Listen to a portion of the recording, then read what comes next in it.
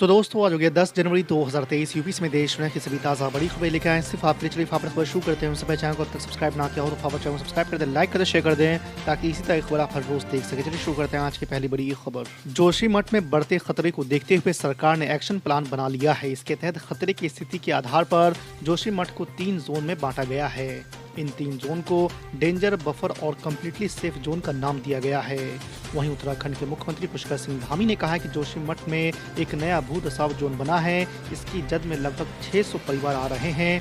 उत्तराखंड सरकार इन्हें भी जल्द ही सुरक्षित स्थान पर शिफ्ट किया जाएगा। तेलंगाना के मुख्यमंत्री के चंद्रशेखर राव राष्ट्रीय राजनीति में नई संभावनाओं की तलाश में जुट गए हैं। अपनी 21 साल पुरानी पार्टी तेलंगाना राष्ट्र समिति का नाम बदलकर भारत राष्ट्र समिति करने के 1 महीने बाद वो पहली रैली करने जा रहे हैं।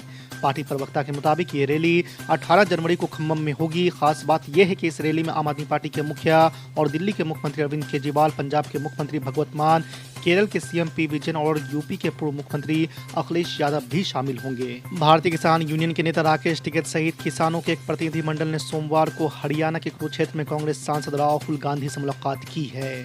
किसान नेताओं ने राहुल गांधी से मुलाकात कर अपनी समस्या बताई। मौजूदा समय में राहुल गांधी भारत जोड़ो यात्रा के दौरान हरियाणा में हैं। इसके बाद ये यात्रा पंजाब और जम्मू कश्मीर की ओर बढ़ेगी। इसे लेकर केंद्र सुरक्षा एजेंसियों ने जरूरी इंतजाम किए हैं। तमिलनाडु के मुख्यमंत्री एम.के. स्टालिन और राज्यपाल आर.एन. रवि के बीच अभिभाषण को लेकर विवाद इतना गहरा गया कि गवर्नर ने सदन का ही बहिष्कार कर दिया और वॉकआउट कर दिया।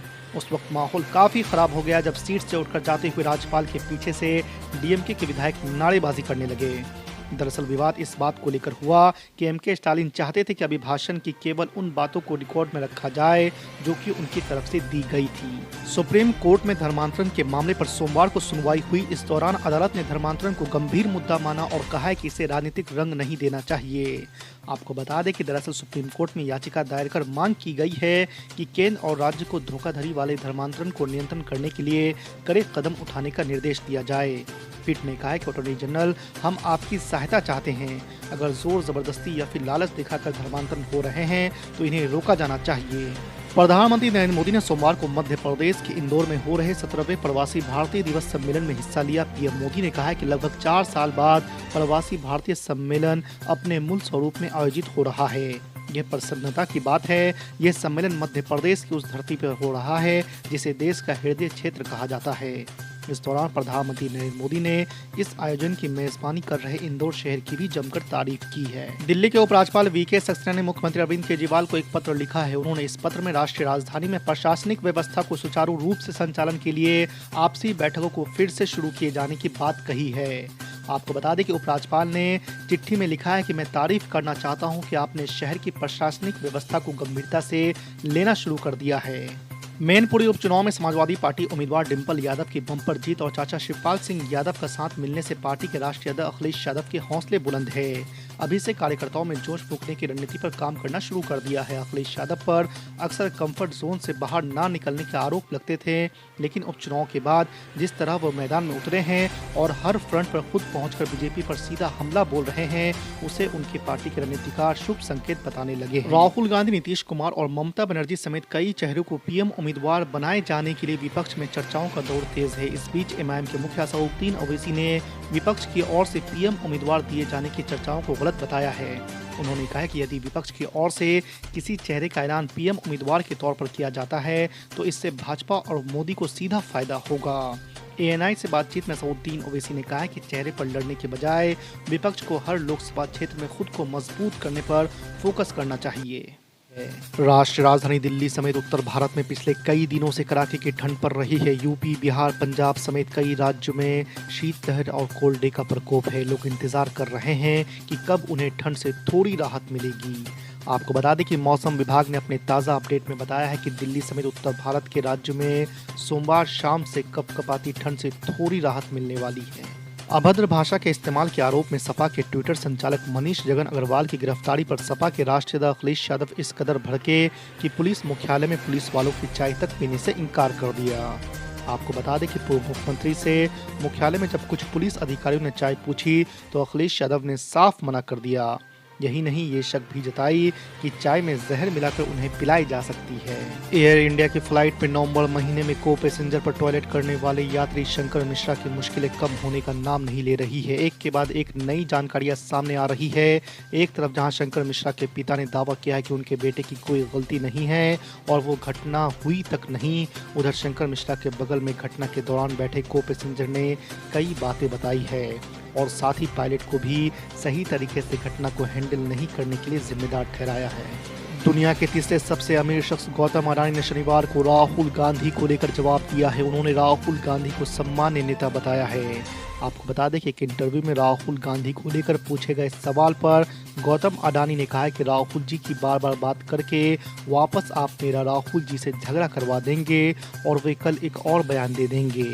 राहुल जी एक सम्मान्य नेता हैं, उनको भी पॉलिटिकल पार्टी चलानी है। उनकी विचारधारा की लड़ाई होती है, उसमें आरोप प्रत्यारोप होता है।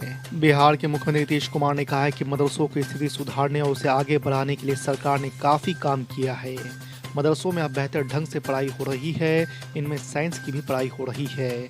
हमने मदरसे में पढ़ाई और हॉस्टल की सुविधा को लेकर ज़रूरी निर्देश दिए हैं।